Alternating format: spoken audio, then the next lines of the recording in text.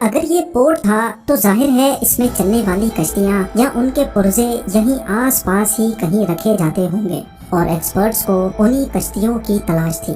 کئی سالوں کی محنت کے بعد آخر کار ایجپٹولوجسٹ کو پورٹ سے چند کلومیٹر دور لائم سٹون کے ایک ٹیلے کے اندر بڑی مہارت سے کھودے گئے کئی ٹنلز ملے، جن کی انٹرنس کو بڑے بڑے پتھروں کی مدد سے بلاک کیا گیا تھا۔ اس بات کے کافی چانسز تھے کہ یہی وہ جگہ تھی جہاں اینشینٹ ایجپشنز اپنی کشتیاں لوٹیروں سے چھپایا کرتے تھے، لیکن آرکیولوجیکل ٹیم کو اس بات کا بالکل بھی علم نہیں تھا کہ یہاں سے ان کو کشتیوں سے بڑھ کر بھی کچھ خاص ایویڈنس ملنے والا ہے۔ جب ان ٹنلز کی انٹرنس کے سامنے سے پتھر ہٹائے گئے تو اندر وہ منظر دیکھنے کو ملا جو پچھلے 4500 سالوں سے کسی نے بھی نہیں دیکھا تھا۔ کافی بڑے اور خوشادہ اسٹور روم نما ٹنلز میں سے کوئی ثابت بوٹ تو نہیں ملی، لیکن بوٹس کے کئی پرزے ضرور ملے۔ ان پرزوں کے علاوہ یہاں کئی پتھروں پر کنگ کوفو کا نام بھی لکھا ہوا پایا گیا۔ فرینچ ایجپٹولوجسٹ پیئر ٹلے اس نام سے اچھی طرح واقف تھے، کیونکہ انہوں نے کئی ہائیروگلیفکس پہ یہ نام پہلے بھی دیکھ رکھا تھا۔ اس پر جو لکھا تھا اس کا مطلب ہے ہمارا خدا کوفو ہماری حفاظت کرے۔ اینشینٹ ایجپشنز اپنے کنگ کو خدا مانتے تھے، اور وہ جہاں بھی کام کرتے تھے وہاں اپنے خدا یعنی کنگ کا نام ضرور لکھتے تھے۔ پتھر پہ لکھا یہ نام اس بات کی نشانی تھی کہ یہ اینشینٹ اسٹور روم کنگ کوفو کے دور میں استعمال ہوتا تھا۔ اس سیکرٹ اسٹور روم پر جب مزید تحقیق کی گئی تو حیرت انگیز طور پہ یہاں سے بہت خستہ حالت میں پپائرس بھی ملا، جو ایک بھاری پتھر کے نیچے دبا ہوا تھا۔ پپائرس ایک موٹے کاغذ کی طرح ہوتا ہے جس کو پپائرس کے پلانٹ سے تیار کیا جاتا تھا۔ اس دور میں ساری کاغذی کاروائی ان پپائرس پہ ہی کی جاتی تھی۔ ایجپٹولوجسٹ اور ان کی ٹیم جو یہاں آئی تو بوٹس تلاش کرنے تھی، لیکن اب ان کو ایک بہت امپورٹنٹ ڈاکیومنٹ مل چکا تھا، اور آپ کو یہاں یہ بتانا بھی ضروری ہے کہ پوری دنیا سے ملنے والے پپائرس میں سے یہ سب سے پرانا تھا۔ اس ڈاکیومنٹ میں کیا کچھ لکھا تھا اس کو سمجھنے کے لیے ضروری ہے کہ پہلے اس کو ری اسٹور کروایا جائے۔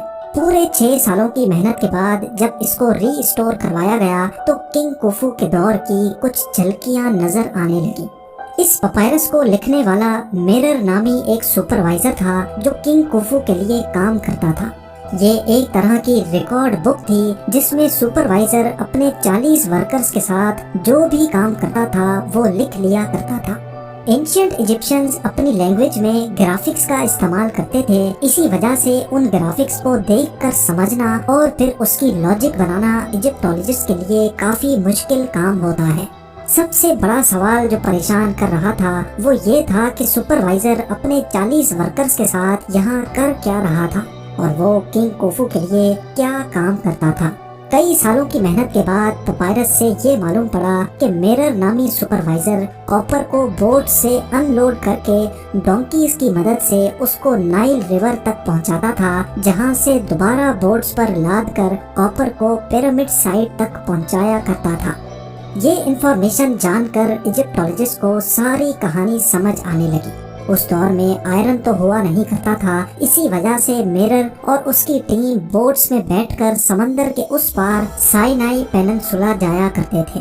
سائنائی میں آج بھی خاصا کاپر پایا جاتا ہے، اور وہاں سے کاپر کو لوڈ کر کے وہ واپس پورٹ پہ آتے تھے۔ کاپر کو وہ ڈونکیز پر لاد کر نائل ریور تک لے کر جاتے تھے، جہاں سے دوبارہ ان کو کشتیوں میں لاد کر پیرامڈ سائٹ تک ڈیلیور کر دیا کرتے تھے۔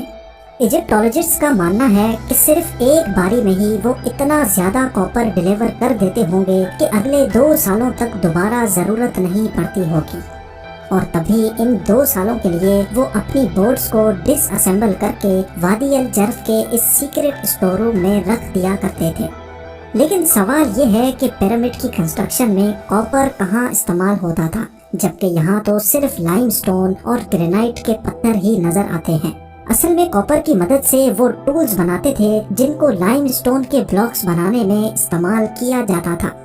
پیرامڈ سائٹ سے چند کلومیٹر کے فاصلے پر موجود لائم سٹون کے بڑے بڑے پہاڑ موجود ہیں، اور اس جگہ کو ٹورا کہا جاتا ہے۔ ایجپٹولوجسٹ کو اس جگہ سے کئی ثبوت مل چکے ہیں جس سے یہ ظاہر ہوتا ہے کہ پیرامڈ بنانے کے لیے لائم سٹون کے بلاکس یہیں سے کاٹے جاتے تھے۔ لیکن آخر کیسے؟